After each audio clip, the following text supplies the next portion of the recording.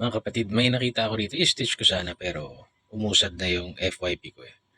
May isang doktora nagsasabi na hindi kailangang diagnosed ang isang tao para masabing narcissist siya. Kung hindi man, whatsoever, as long as you do not feel safe sa kanya psychologically, spiritually, lahat ng hindi ka safe, malis ka doon. Malis ka doon. When you feel na para ka naglalakad sa alambre, pagkasama mo siya, umalis ka doon. Lumayo ka sa taong yun. If you cannot be yourself, lumayo ka sa taong yun. You know, meron akong kwento sa inyo. Baka lang may gusto makapakinig. Meron akong kilala na, sabihin natin, may friend ako, tapos may mother siya. Yung friend ko, matalas. Nagtataka siya kung bakit nasabi nung tatay niya na siya ang sentro ng mundo. Siya ang sentro at lahat ay palamuti lang sa buhay niya. So hindi niya matanggap yun. Naisip niya yan, tangina, anong klaseng tao tong tatay ko. Pero ang tagal niyang kinimkim kasi honor your mother and your father, sinasabi niya sa akin. And ako sinasabi ko naman sa kanya, yes, you should. Ganun na lang. You honor them, mahalin mo sila. If you can, dumistansya ka na lang. Yung sinasabi ko sa kanya. Sabi ang hirap eh, kasi hindi ako nagtagumpay sa buhay eh.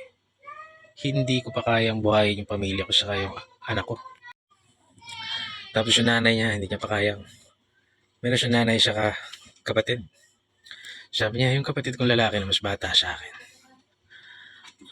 Noong araw, ako gusto ko nang lumayo kami sa tatay ko, pero bandang huli ako na yung nagsasabi sa nanay ko na huwag mo nang layuan yan kasi malapit yung kapatid natin dyan. Ay, malapit yung kapatid ko dyan, sabi niya. Hindi ako, pag inaalala ko yung story niya, naiisip ko, kinasangkapan yung nanay a certain mindset about financial security. And kinasangkapan yung kapatid. Yung kapatid, for some reason, naniniwala siyang mayaman sila. Tapos yung nakakakita ng tunay na sitwasyon, psychological abuse and everything, yun yung pinagmukhang masama. Yun yung barkada ko. Sabi ko, hindi siya barkada ko. Well, ganun talaga eh. Hayaan mo na lang ako. Hayaan mo na lang. Mali pala yung pinayo ko. Although his heart is in the good place na bandang huli, nung araw, parang siya na yung nagsabi na huwag mo nang iwanan yan kasi kawawa yung kapatid ko malapit dyan. In hindsight, mali pala yun. Ngayon may problema sa pag-iisip yung kapatid niya mas bata. Ang tindi ng anxiety. Hindi alam kung paano mabuhay ng tama. Yun siya nanay, parang naging enabler. Parang lahat binibigyan niya ng justification, ng dahilan, ng kahit mali. Sabi ko sa isip ko, pera lang ba para makatakas? Pera lang ba? Kaya lang hindi ko siya ma-judge. Hindi ko sila ma-judge. Kasi ang dami nilang mga bagay na nakaasa sila. Parang nakaasa sila, hindi man direkta, pero nakaasa sila to some sort of security. They feel na kahit hindi naman sila talagang diretsahang sinusustentuhan araw-araw, nabubuhay naman sila. Parang lahat ng kinabubuhay nila doon ang galing. So kailangan mong tumanaw ng utang na loob kasi ingrato ka naman kung hindi. So, but the abuse continues. And minsan iniisip ko, tayo na ako, naging mayaman lang ako. Alam mo yan? Naging mayaman lang ako.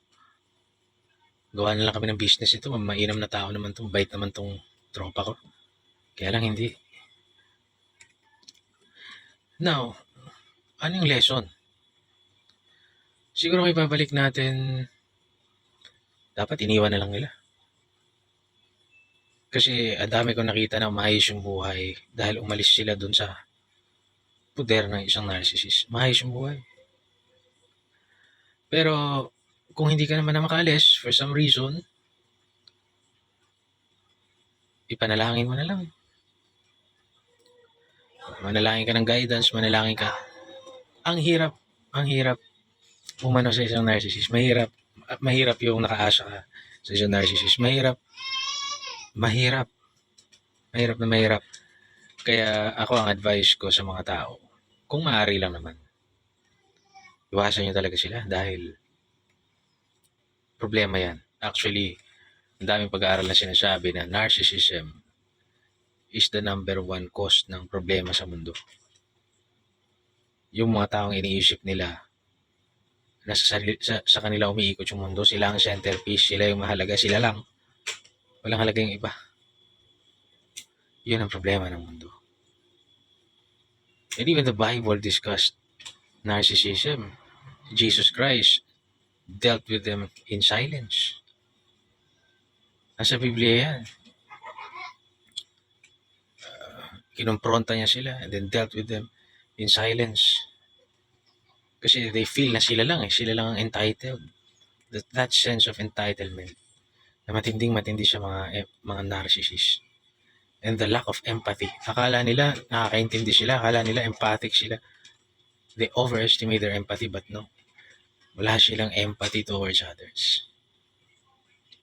Kaya iwasan yan kung maaari lang. So, you pray to God na huwag ka doon mapunta sana, kumari. God bless.